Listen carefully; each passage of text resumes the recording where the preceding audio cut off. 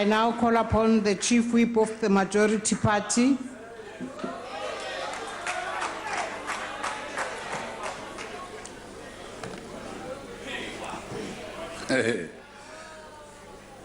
Thank you very much, Honorable Speaker.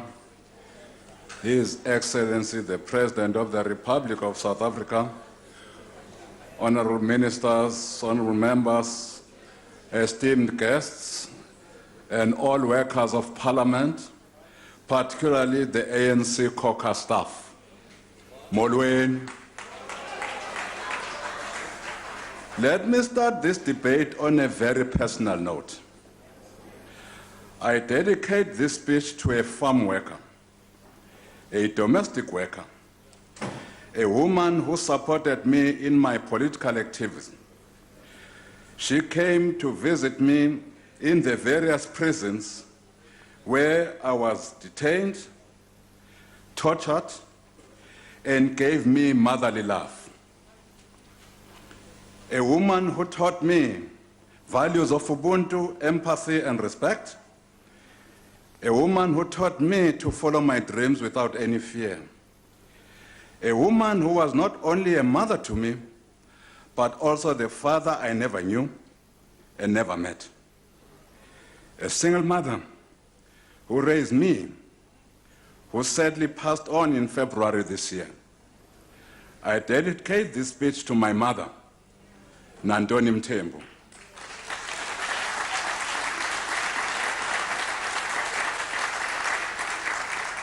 May her soul rest in peace. In all the budget vote debates this year, ANC members of Parliament, including you, Honorable President, consistently evoked the ethical and moral leadership of Utata uMadiba and uMama Sisulu. I also join them in thanking these icons for giving us as a people, as a country and as the world, a moral compass and conscience. Since the dawn of democracy in 1994, our mission as the ANC has consistently been the creation of a better life for all South Africans. Towards this goal and vision 2030, the NDP, our efforts to eradicate apartheid and colonial fault lines of racial segregation, discrimination, and the triple oppression of women is well recorded by historians. The fight against poverty, fight against stubborn unemployment and inequality remains firmly on the ANC radar screen with different levels of achievements. Whilst more still needs to be done, we can, without any contradiction, say that more of our people have been lifted out of extreme poverty. We have expanded provision of social grants, housing, and basic services to many of our people. And we have further improved access to better education through the introduction of fee-free basic and higher education and the phasing in of the National Health Insurance Scheme, thus improving access to quality health care to many of our people. The question of growing the economy and the creation of jobs remains key in our endeavors, as our speech will indicate later. The land question, President, that you have referred to remains an important issue we must tackle in a responsible manner as not negatively to impact on agriculture and food security. Whilst we welcome the outcomes of the ANC Land Summit held this past weekend, we are in the same vein appreciative of the role Parliament is playing in giving a voice to all of our people of South Africa, on how best to deal with the question of land dispossession and landlessness among black people in our country, articulated by you, Honorable President, as the original sin in your State of the Nation address. To date, Honorable President, we are told that over 200,000 submissions have reached the Constitutional Review Committee of Parliament. This is unprecedented and shows the extent to which many South Africans would like this matter resolved once and for all. The ANC remains the only political formation which carries the hopes and aspirations of the people of this country. It is only the ANC that can deliver a president who hails from one of the smallest national groups in the country. To quote scholar Oscar van Heerden, I open quotes. Cyril is the first vendor to occupy the West Wing at the Union Building, and this achievement speaks volumes with regards to the ANC's character and principles. To elect a person to the highest office in the land that hails from the smallest tribe in the country sends a clear message and powerful message that anyone, no matter what background, class status, gender, or tribe, can aspire to be president of this great country of ours, we close quote. The year 2018 can be characterized as a year pregnant with optimism, as you have said, President. We have in the past 3 months seen a country which has... Speaker, I'm raising on a point of order. Honorable Chief Whip, can you take your seat? What is the point of order, Honorable Shivambu? I'm 100% sure that you can't say Cyril is a vendor to first occupy public office. I don't think that is how people are referred to. No, In terms Honorable, of proper parliamentary language. no, that's not a point of order. That's in a not way a point that of is order. being addressed. It's in an That's a appropriate way to point handle that issue. So I of think that view, that's a the point chief of whip the debate. majority Please party take must your seat, Honorable withdraw the Shivambu. reference in that way, because Please. it's narrow tribalism in a lack of comprehension Honorable of how Shivambu, please take your references seat. are made. Please proceed, Honorable Chief Whip. We have in the past 3 months seen a country which has been reborn, rebooted, and recalibrated to better serve our people. Honorable President, this Saturday will mark the first 100 days since this House elected you as the 5th democratically elected President of the Republic of South Africa. In fact, today marks day 97 of your elevation to this high office, heralding a new dawn. Our country is oozing with hope. This new era has successfully put South Africa on a new trajectory with a measurable improvement in levels of confidence amongst ordinary citizens, business people, and investors in our government. To quote Comrade Dr. Iso Pahat, the election of Cyril Ramaphosa as president of the ANC in December 2017, and also in February 2018 as President of the Republic of South Africa, unleashed a wave of hope, optimism, and joy in the country, cutting across race, class, gender, and religion. This was also reflected in an upswing in the economy, improvement in business confidence, more measured tones from the rating agencies, and a possible buoyant response from foreign investors, close quotes. According to the Bureau for Economic Research, business confidence in South Africa jumped, as we have said, Comrade President, by 11% points from 34 to 45% points in 2018. An increase of such magnitude is rare since 1975. According to the McKentech CEO Confidence Index, CEO confidence in South Africa recorded a 56.18 increase from a low level of 38% to a score of 60% in 2018. This is the highest level of CEO confidence recorded by this index in 6 years. The President's first 100 days in office has shown Mongameli that we are to mega. In your State of the Nation address, characterized by the spirit of Tumamina, Comrade President, you made the following commitments amongst others. A youth employment service, yes, to initiative to place 1 million unemployed youth in paid internships in companies across the country over the next 3 years. This was launched on the 27th of March 2018. This is but one initiative which is geared to stimulate job creation and economic inclusion among our young people. As part of measures to stabilize governance and improve the financial and operational performance of state-owned enterprises, Comrade President, you committed to review the funding model of SOEs and other measures and change the way in which boards are appointed. To this end, indeed, the boards of Eskom, Denel, Prasa, and Transnet have been replaced, and these SOEs are on a trajectory of renewal.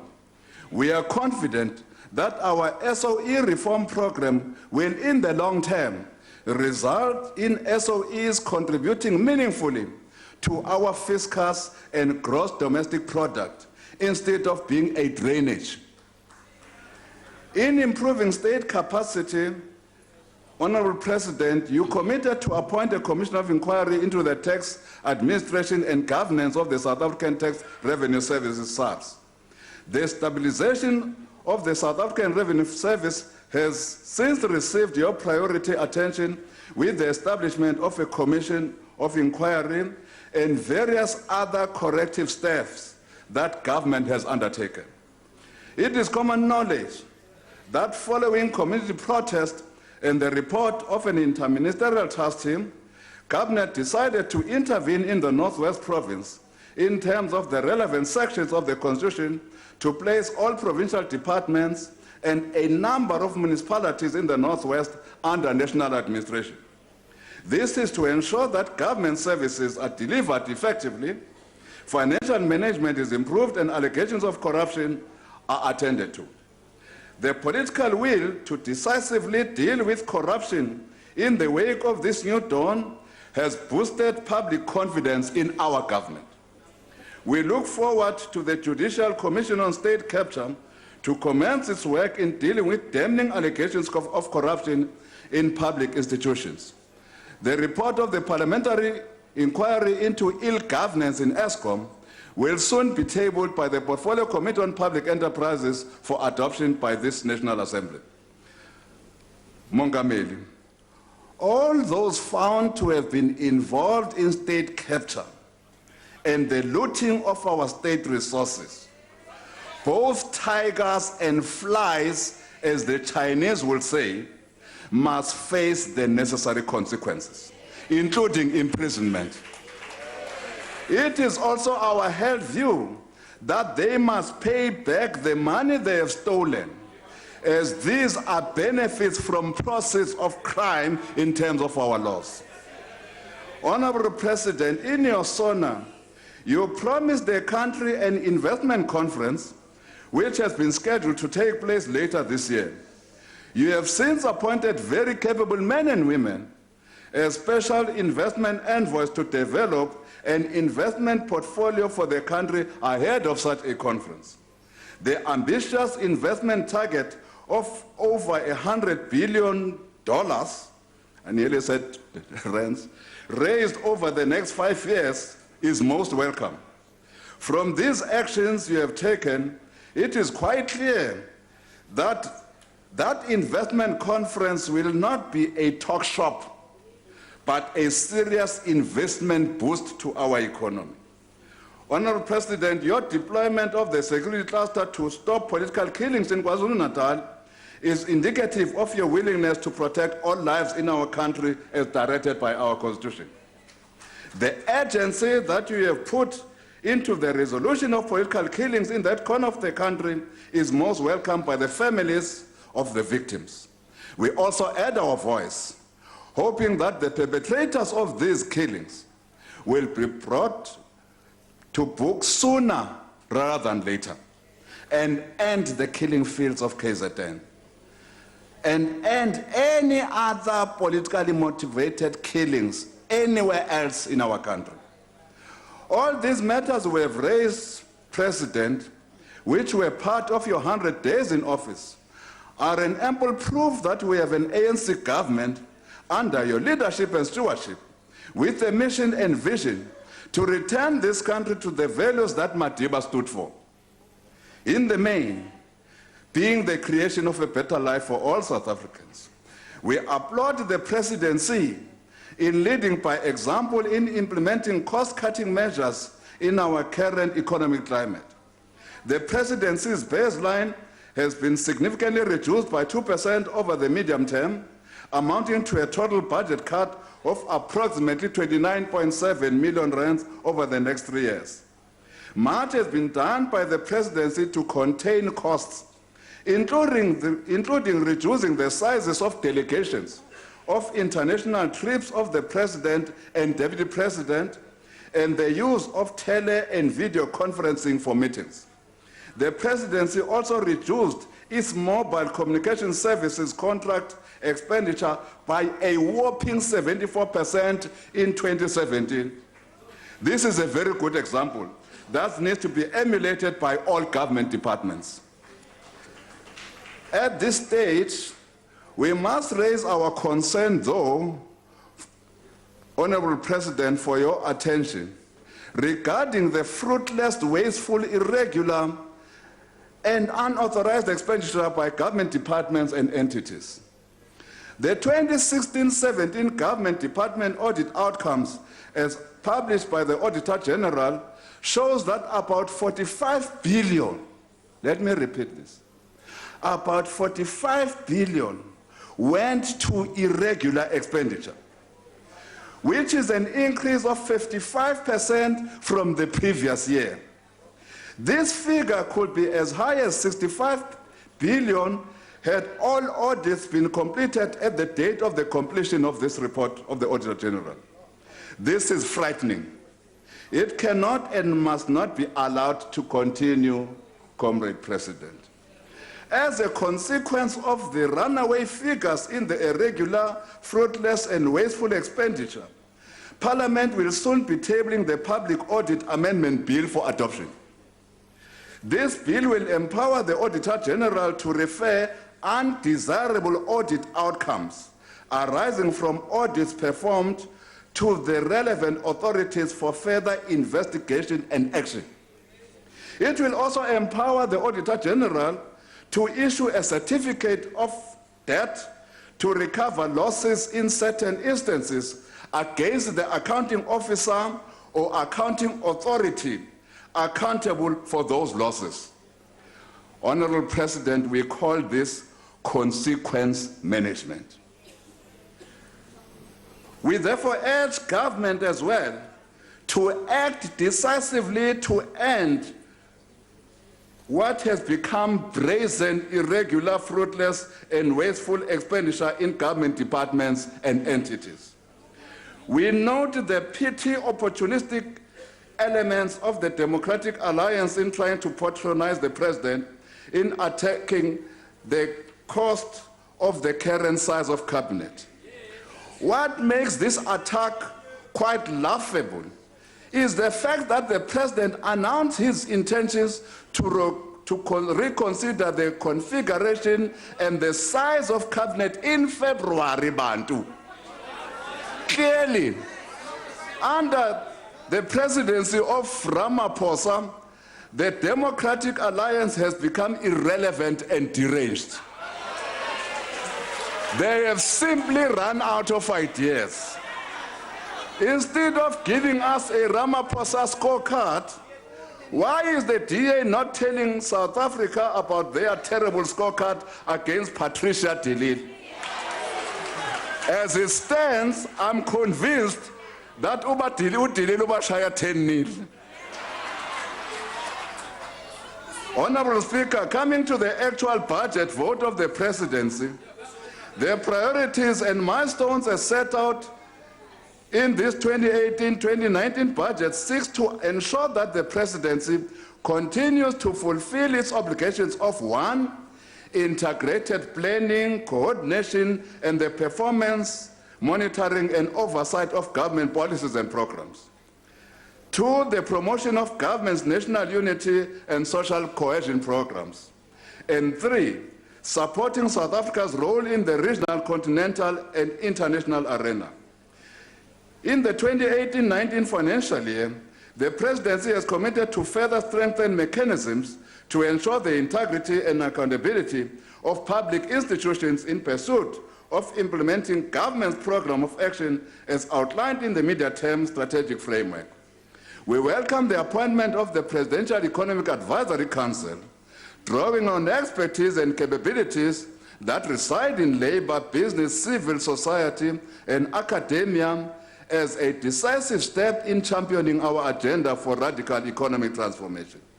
We must also applaud President Ramaphosa for having appointed black women as his, for having appointed a black woman as his economic advisor. Again, appointing a black woman as his legal advisor. Again, appointing a black woman as his spokesperson.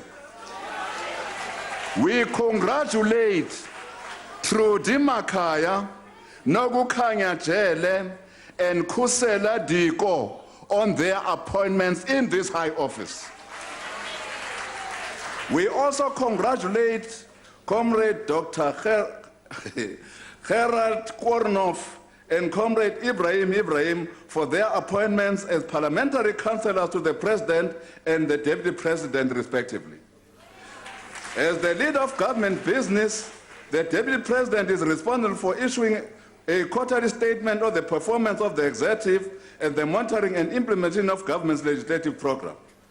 Although the President and Deputy President regularly and religiously account to both houses as per our rules and constitution, there is currently no oversight mechanism over the annual performance plan of Vote 1 in Parliament. This matter is receiving the attention of the Rules Committee. President, we urge the office to speedily fill the vacancy of the Chief Operating Officer, which arose due to the departure of Mrs. Lakela Kaunda on secondment to the Ministry of Cooperative Governance and Traditional Affairs. We thank Mrs. Kaunda for her distinct service to the Presidency since 2009 until this year. Our program for national unity and social cohesion as a strategic goal under the Presidency must be fostered through collaboration wherein all social partners become change agents for the betterment of this country. The power of collaborative work in the interest of our country was seen during deliberations by social partners at NEDLEC, led by yourself, Honorable President, on the national minimum wage. The National Minimum Wage Bill is scheduled for adoption by the National Assembly next week, within this workers' month of May. This intervention will improve the income of over 6 million workers who continue to experience slave wages that are far below the proposed national minimum wage. Those who attack this progressive effort by government in this regard and the current bill before Parliament do so merely on the basis of cheap politicking at the expense of the most vulnerable workers of this country.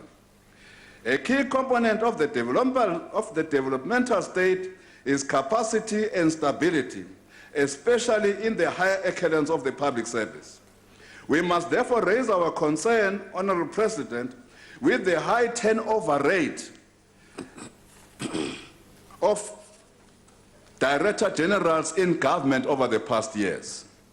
Our new political environment therefore presents the President and his government with an opportunity to come up with measures to contain this worrying trend and development. History has proven that where there is administrative stability with the relevant acumen and know-how, there is better service delivery. In mentioning DGs, we must give special recognition to Dr. Cassius Lubisi for his steady leadership and fidelity as Director General in the Presidency and Secretary of Cabinet. In advancing South Africa's role in the regional, continental, and international arena, we applaud South Africa's involvement in the development of an agreement on an African continental free trade area aimed to deepen the economic integration of the African continent, which was presented at an AU summit in Kigali in March 2018. We are also looking forward to the BRICS summit in July here in our motherland. The Presidency's budget is comparatively lower than that of other government departments. The allocation of over 412 million for the 2018-2019 financial year is essentially intended to provide support, coordination, and oversight in terms of government policy, development, and implementation. This money is therefore needed to coordinate the work of government towards the attainment of our development goals as set out in the NDP. The ANC fully supports this budget proposals and allocations to vote one. Thank you very much, Honourable Speaker.